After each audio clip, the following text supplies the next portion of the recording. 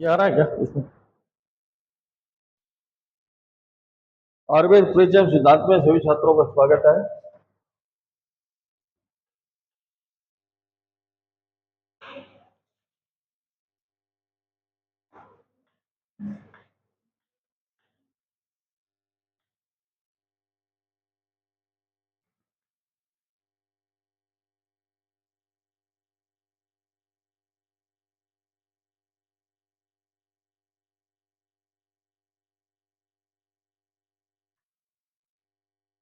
आज अपन पढ़ेंगे आयुर्वेद का लक्षण, प्रयोजन व अंग।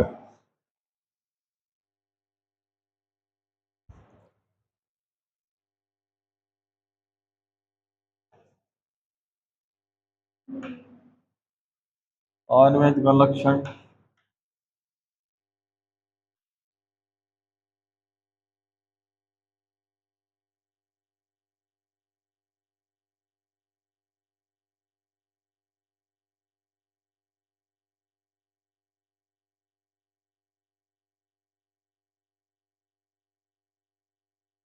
प्रयोजन व अंग।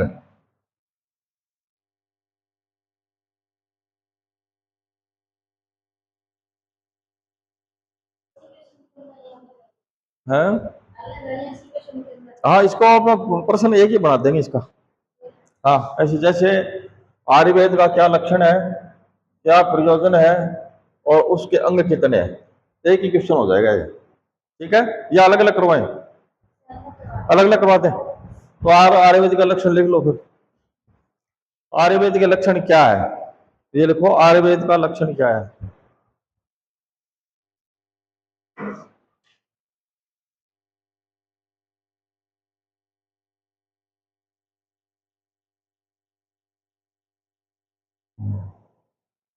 आयुर्वेद का लक्षण क्या है?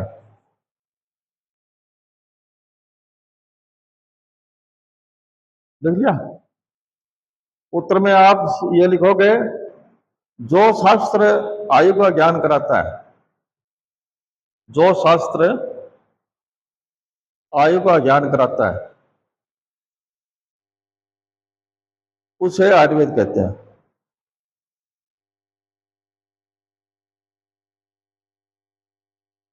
आचार्य चरक के अनुसार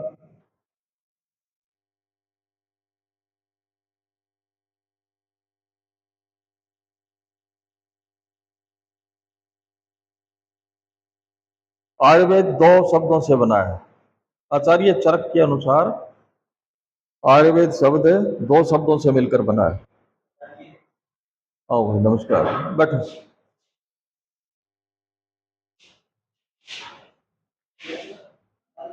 हाँ, आयु प्लस वेद। आयु प्लस, हाँ, प्लस प्लस का निशान होगा, आयु वेद। आयु प्लस वेद, आयुर्वेद।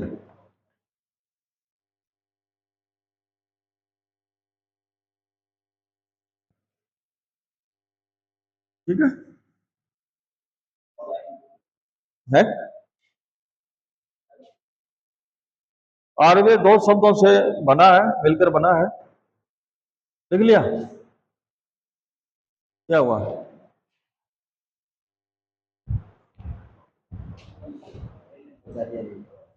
आचार्य चरक के अनुसार, आचार्य चरक के अनुसार, चरक के अनुसार आयुर्वेद दो शब्दों से बना है। ये नोट्स हो रहे हैं भाई, आप लेट हो गए थोड़े से, चलो लिख लो। है? हाँ, लगा दी है क्लास तो, लेकिन ये अभी नोट्स लिखवा रहे हैं इसमें। नोट्स, अभी नोटबुक लाए हो क्या आप? नोटबुक लाए हो तो नोटबुक कल से ले आना, आज देख लो आप। ठीक है, कल से स्टार्ट हो जाएगा। आयु प्लस वेद लिख लिया? आयुर्वेद दो शब्दों से बना है, आयु प्लस वेद। जीवन तथा वेद का अर्थ है, जीवन तथा वेद का अर्थ है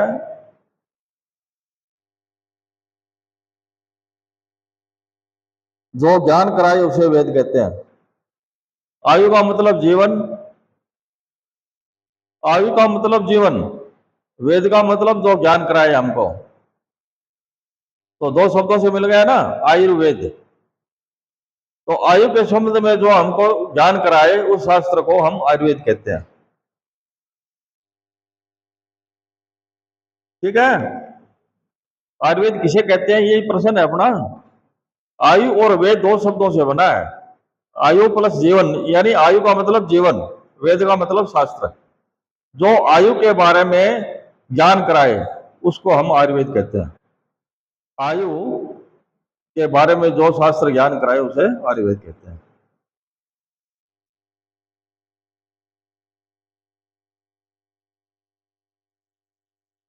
आयुर्वेद का सामान्य लक्षण है कि जिस शास्त्र में,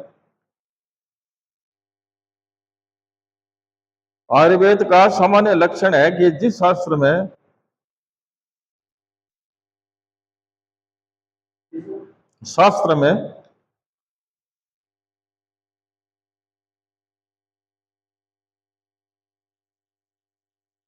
मनुष्य के जीवन के संबंध में,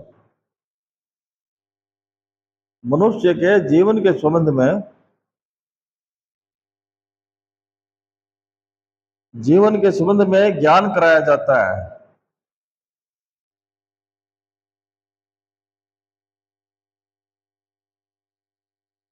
ज्ञान कराया जाता है, उसे आयुर्वेद कहते हैं।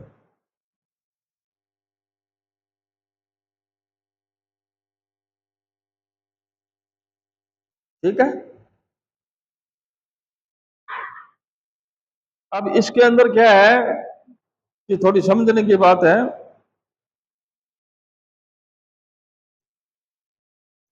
कि जिस शास्त्र में आयुर्वेद का ज्ञान प्राप्त हो, लिखो मत, आयु की प्राप्ति हो, उसका नाश न हो, उसे आयुर्वेद कहते हैं। अब आयुर्वेद के बारे में ये आ गया आपका प्रश्न। अब प्रश्न मान लो पूछ भी लिया जाए कि आयुर्वेद किसे कहते हैं, तो आयुर्वेद दो शब्दों से बना है, आयु प्लस वेद। आयु का मतलब होता है जीवन, वेद का मतलब शास्त्र। ठीक है, जीवन के बारे में जो शास्त्र हमको ज्ञान कराए उसे हम आयुर्वेद कहते हैं। ये आपको लिखा दिया है, ये प्रश्न इतना ही है आपका। दूसरा है आयुर्वेद का प्रयोजन। प्रश्न नंबर है आयुर्वेद का क्या प्रयोजन है।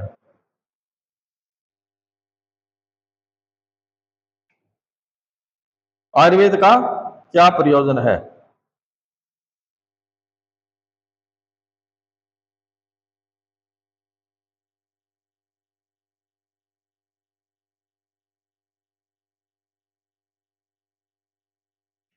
किसी भी शास्त्र का अध्ययन करने के पहले,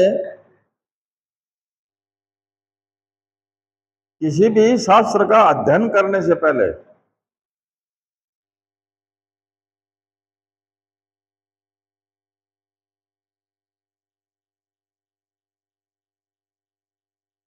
यह जानना आवश्यक है कि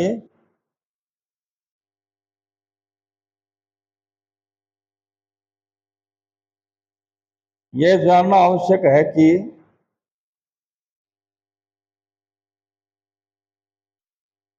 इस शास्त्र का क्या प्रयोजन है।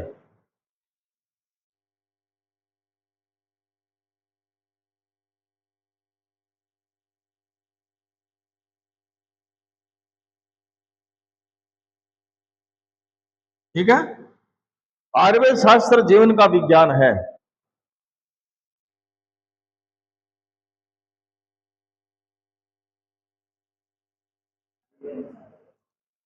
आयुर्वेद शास्त्र जीवन का विज्ञान है।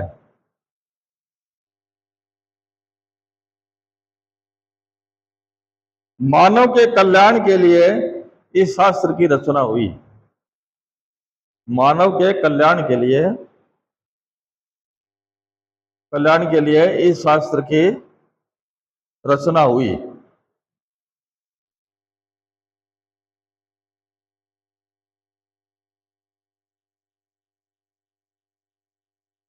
ठीक है, कोई समझ में नहीं पूछ लेना, खड़ा हुआ कोई बात नहीं है। मानव के कल्याण के लिए इस शास्त्र की रचना हुई। आचार्य चरक ने आयुर्वेद का आचार्य चरक ने आयुर्वेद का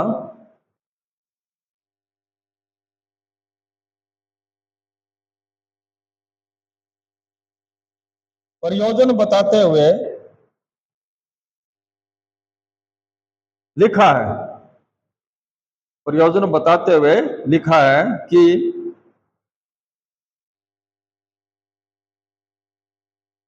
स्वस्थ व्यक्ति के स्वास्थ्य की रक्षा करना, स्वस्थ व्यक्ति के स्वास्थ्य की रक्षा करना, प्रिवेंटिव केयर, ठीक है। हाँ, स्वस्थ व्यक्ति के स्वास्थ्य की रक्षा करना, नहीं आगे और लिखो, तथा आतुर व्यक्ति के, अब आतुर किसको कहते हैं? आतुर रोगी को कहते हैं, आतुर रोगी, बीमार, आतुर आतुर रोगी लिख लो, रोगी ब्रैकेट में कर लो, रोगी।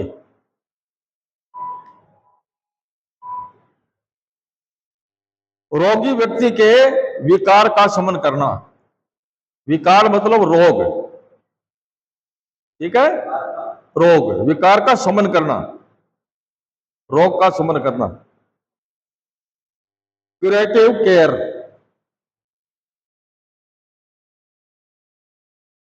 ठीक है, मतलब स्वस्थ व्यक्ति के स्वास्थ्य की रक्षा करना तथा आतुर व्यक्ति के विकार का शमन करना, ठीक है। ये अपना आयुर्वेद का प्रयोजन है, ये विशेष ध्यान रखनी है, ठीक है। यदि व्यक्ति को स्वस्थ रहना है, यदि व्यक्ति को स्वस्थ रहना है, अब ये कह रहा है कि व्यक्ति स्वस्थ कैसे रहे, तो यदि व्यक्ति को स्वस्थ रहना है तो वह नियमित, नियमित का मतलब रोजाना, नियमित रूप से दिनचर्या, दिनचर्या, ऋतुचर्या,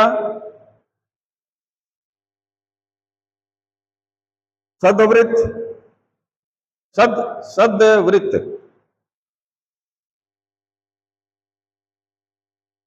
सदवृत्त का हो गया ना, पथ्य अपथ्य, पथ्य अपथ्य आदि का पालन करे, आदि का पालन करें।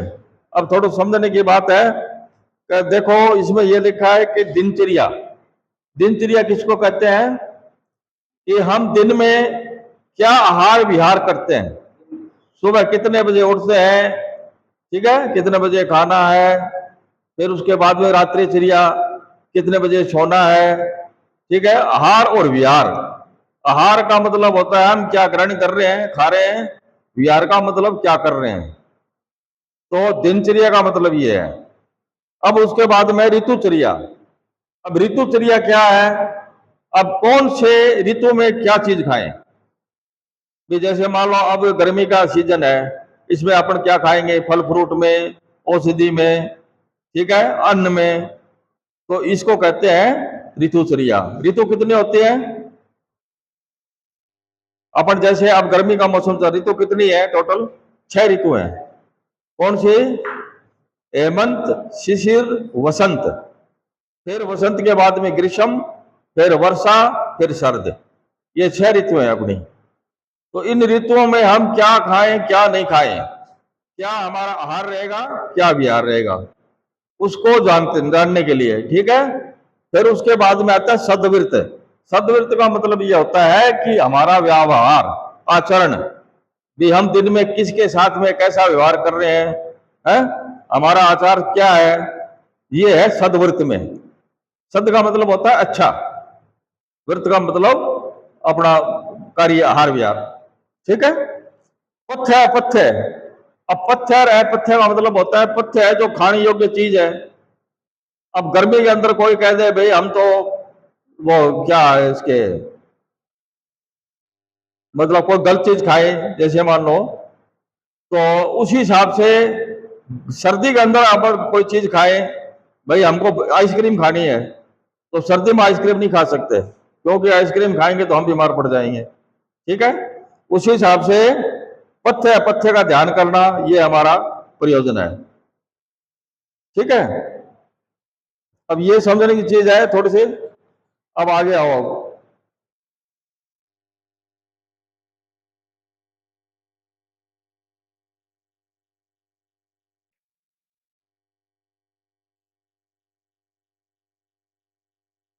धर्म अर्थ काम,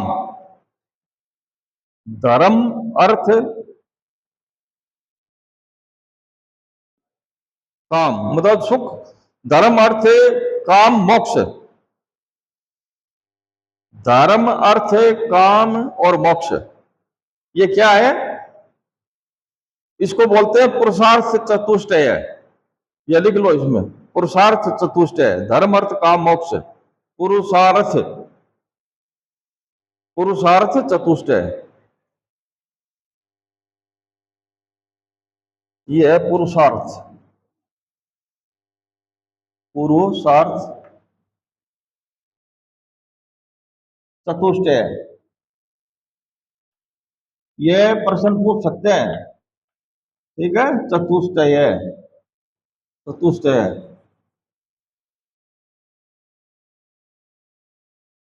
ठीक है, पुरुषार्थ चतुष्टय का मतलब है धर्म अर्थ काम मोक्ष। धर्म क्या है हमारा, अर्थ क्या है,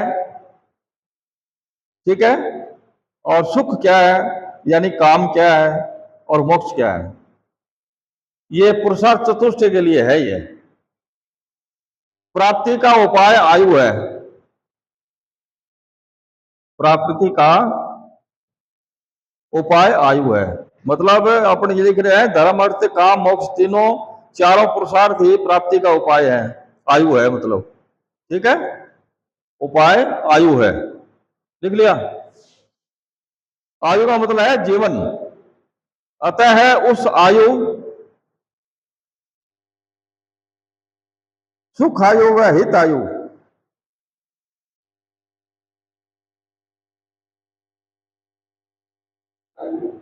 वह हित आयु, भाई सुख का मतलब कोई चीज सुख देने वाली हो, हित का मतलब हमारे हितकर हो। कामना करने वाले, कामना करने वाले मनुष्य को,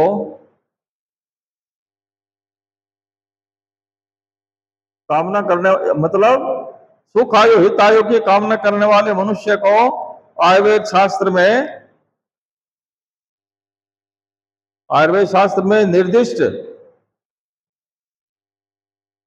यह क्लिष्ट शब्द है थोड़ा, निर्दिष्ट, निर्दिष्ट का मतलब है उसमें दिया हुआ उपदेशों को, आयुर्वेद शास्त्र में निर्दिष्ट उपदेशों को श्रद्धा पूर्वक पालन करना चाहिए।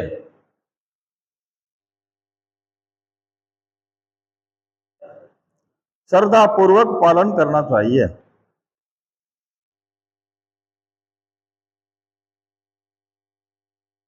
ठीक है, यहां दोनों आचार्य हैं। अब दोनों आचार्य कौन कौन से हैं? चरक और सुश्रुत, लिख लो।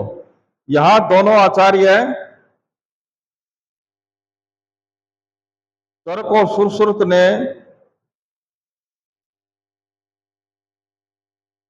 चरक और सुश्रुत ने आयुर्वेद के दो ही प्रयोजन बताए हैं, आयुर्वेद के दो ही प्रयोजन बताए हैं। प्रयोजन, दो ही प्रयोजन बताए हैं।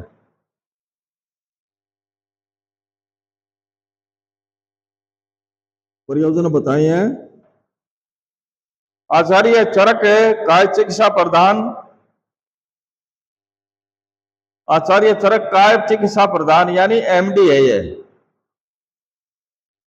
काय प्रधान आचार्य है, काय चिकित्सा प्रधान आचार्य है, मतलब चरक काय चिकित्सा प्रधान आचार्य है, तथा महर्षि सुश्रुत जो है वो शल्य चिकित्सा प्रधान आचार्य है।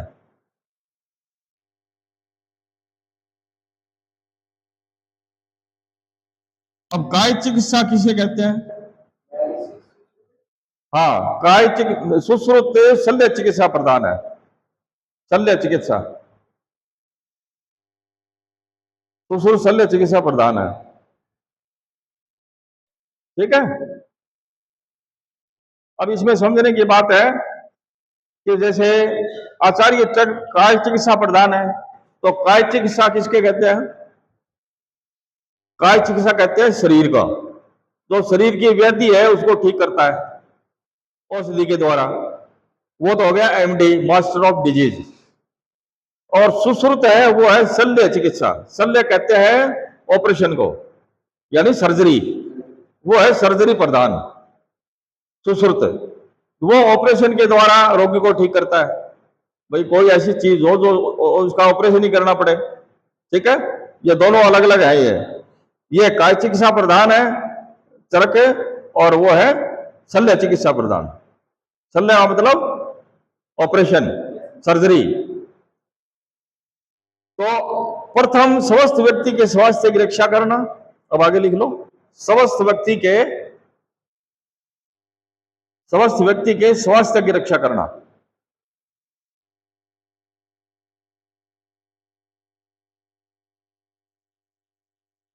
बताया है।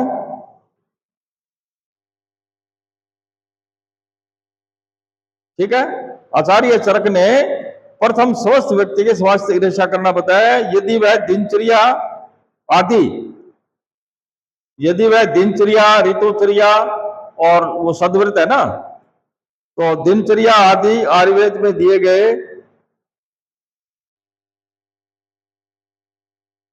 समस्त विषयक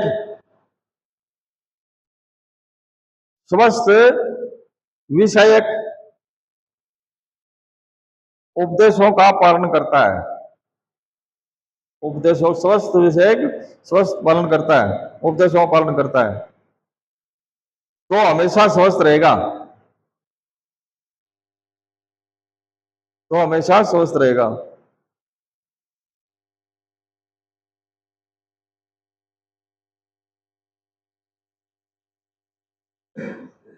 ठीक है। विभिन्न क्रियाओं द्वारा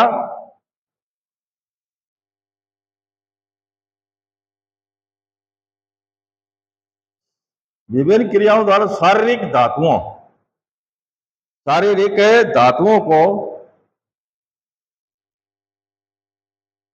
धातुओं को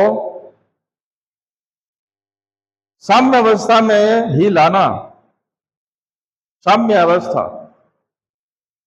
अवस्था में ही लाना, यही आयुर्वेद का प्रयोजन है। अब यहां समझने की बात है कि जैसे धातु लिखा है, इसमें धातुओं को साम्य अवस्था में लाना ही आयुर्वेद का प्रयोजन है।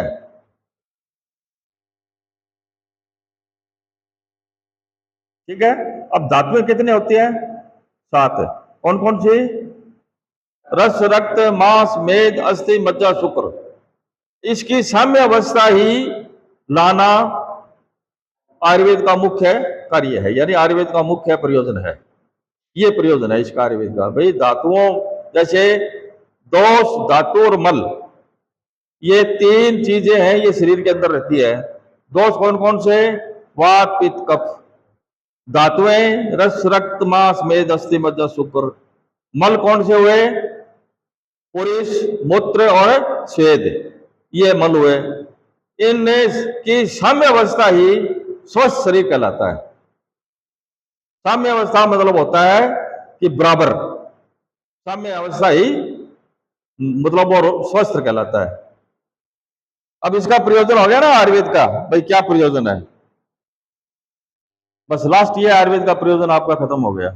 अब ये आप बताओ कि इसका आयुर्वेद का क्या प्रयोजन है?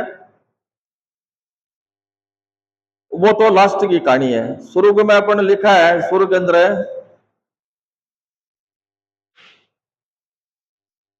आयुर्वेद का प्रयोजन में क्या लिखा है अपन ने? स्वस्थ व्यक्ति के स्वास्थ्य की रक्षा करना, आतुर के रोगी की मतलब रोग की चिकित्सा करना, ये हमारा आयुर्वेद का प्रयोजन है। ये ध्यान रखना है। स्वस्थ व्यक्ति के स्वास्थ्य की रक्षा करना और रोगी के आतुर माने रोगी रोगी के रोग की चिकित्सा करना, ये हमारा प्रयोजन है। अब ये तो आगे कहानी तो लिखनी पड़ेगी, अब इतने से तो काम चलेगा नहीं, छोटी सी बात लिख दी वो प्रयोजन पूरा हो गया। अब ये कुछ तो कहानी लिखा हुआ जो नंबर आएंगे उसमें, ठीक है। अब ये पढ़ना जरूरी है, ठीक है। हाँ, अब तो ये पूरा हो जाता है, कब आयुर्वेद का क्या प्रयोजन है। अब खड़े हुए कहते हो साहब ये तो स्वस्थ व्यक्ति की स्वास्थ्य रक्षा करनी है और जो रोगी है उसके इलाज करना है। अब एक ही लाइन में पूरा हो गया ये। अब इसमें पीछे अपने दो चार चीजें लिखेंगे तब अच्छे नंबर आएंगे, ठीक है। अब इसमें आता है आयुर्वेद के अंग। आयुर्वेद के कितने अंग हैं? आयुर्वेद के कितने अंग हैं?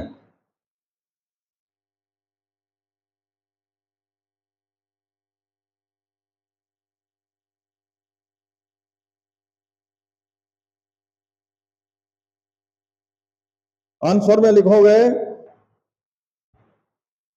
आयुर्वेद एक चिकित्सा शास्त्र है। आयुर्वेद एक चिकित्सा शास्त्र के साथ, आयुर्वेद एक चिकित्सा शास्त्र के साथ ही साथ आयुर्वेद एक शिक्षा शास्त्र के साथ ही साथ जीवन जीने की कला का विज्ञान है। जीवन जीने की कला का विज्ञान है।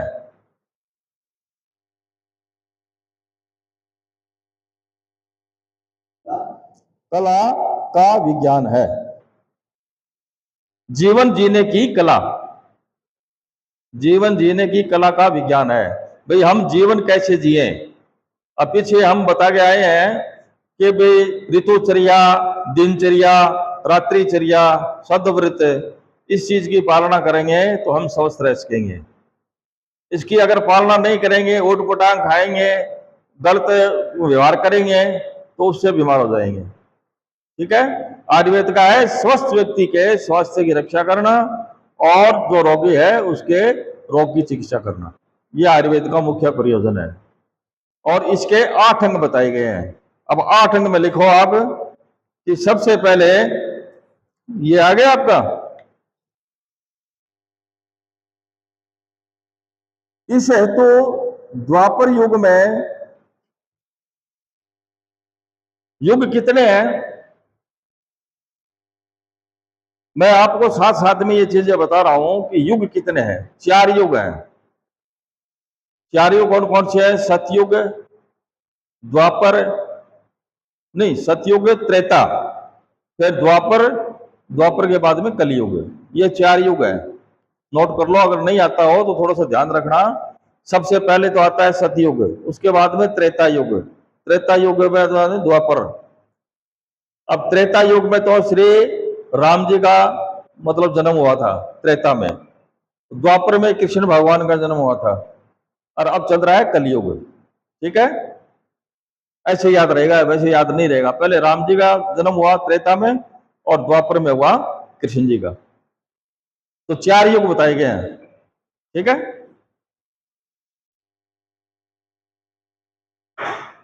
क्या हुआ? तो अब क्या लिख रहे थे आप?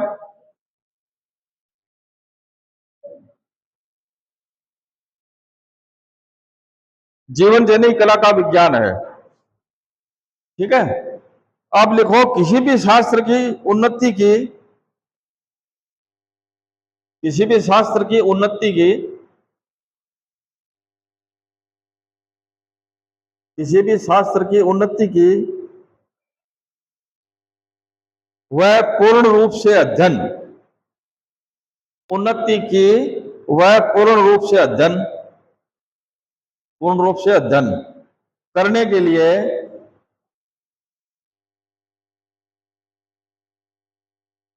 अध्ययन करने के लिए उसको विभिन्न भागों में विभाजित किया जाए।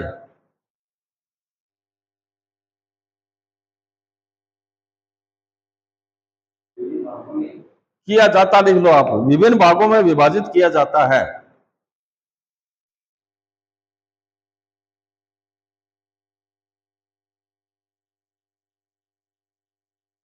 ठीक है।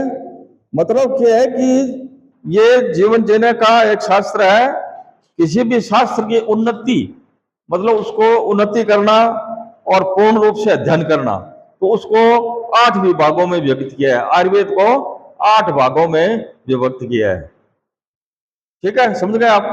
अब इसमें अपने 8 भाग कौन कौन से हैं ये लिखो।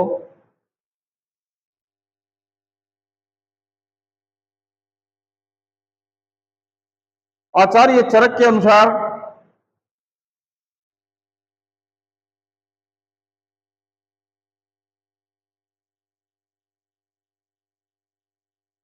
आयुर्वेद के 8 अंग होते हैं। आचार्य चरक के अनुसार, ठीक है।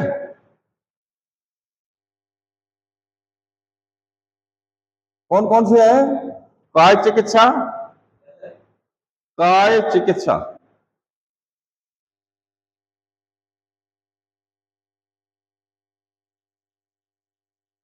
शालाक्य तंत्र, शालाक्य तंत्र,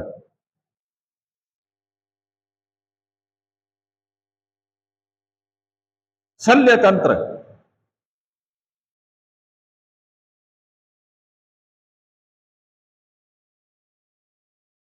अगध तंत्र,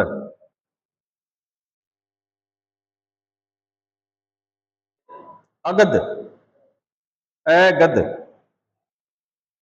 अगध तंत्र,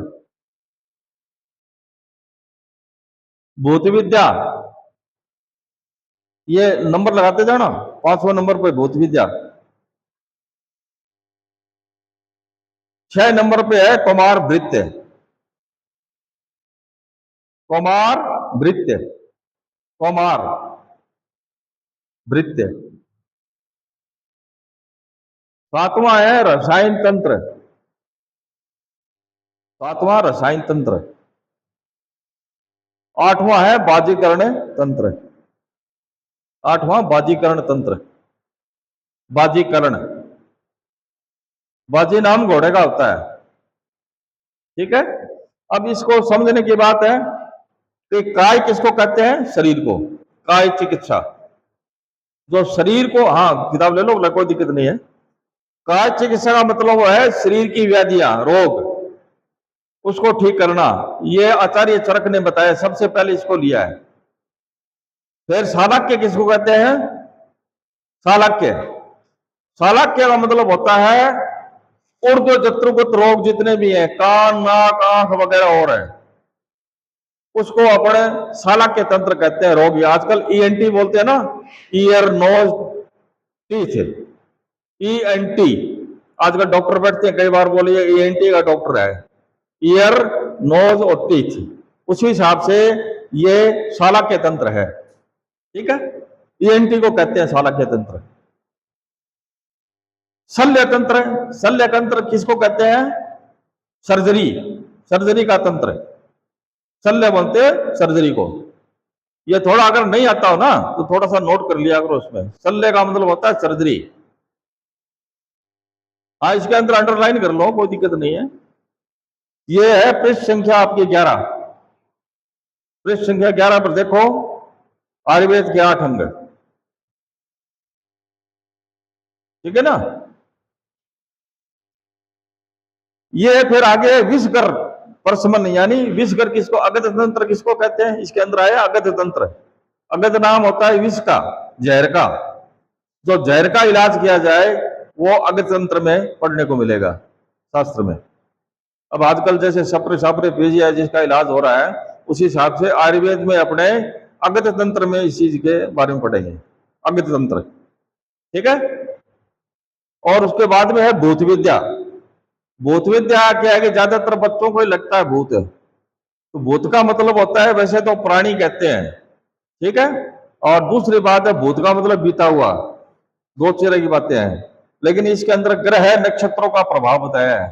जैसे अपने 9 ग्रह होते हैं, नक्षत्र हैं और हैं, है नहीं, उनका प्रभाव शरीर पे पड़ता है अपने, उसका इलाज है भूत विद्या में। कुमार भृत्य, कुमार बच्चा, बच्चे का नाम है, अपने कुमार कहते हैं ना, कुमार, कुमार वृत्ति का मतलब बच्चों का डॉक्टर। तो उसके अंदर जो भी बीमारियां हैं बच्चों की, वो अपने कुमार वृत्ति में पड़ेंगे। कुमार वृत्ति का मतलब होता है, और डायरेक्टर बैठते हैं ना बच्चों का अस्पताल, कई बार देखा होगा आपने, तो वो कुमार वृत्ति बोलते हैं इसको संस्कृत में, हिंदी में। रसायन तंत्र, इसके अंदर रसायन तंत्र है, ये शरीर को शक्ति देना, शरीर की मतलब बल वृद्धि करना, वो रसायन तंत्र में आता है। ठीक है। फिर है बाजीकरण तंत्र, ये सेक्सुअल वीकनेस हो शरीर में किसी प्रकार की, वो बाजीकरण तंत्र में आता है। ठीक है। बाजी नाम घोड़े का है कि घोड़े की तरह करना उसको। तो इसमें आज अपने ये 8 अंक पढ़े हैं ना, कल इसका वर्णन पढ़ेंगे, कल इसके वर्णन के बारे में करेंगे भाई। ये आज मैंने तो थोड़ा बताया डिटेल में भी, काय चिकित्सा किसे के कहते हैं, ठीक है, शालक्य किसे कहते हैं, शल्य क्या इसका नाम है, विष्कर है, जो कल इसमें थोड़ा डिटेल में लिखा देंगे 8 अंगों के बारे में, थोड़ा लिखा देंगे। ठीक है। आज आपका ये आधा प्रश्न हुआ है भाई, आयुर्वेद के कितने अंग हैं, 8, ये याद रखना है।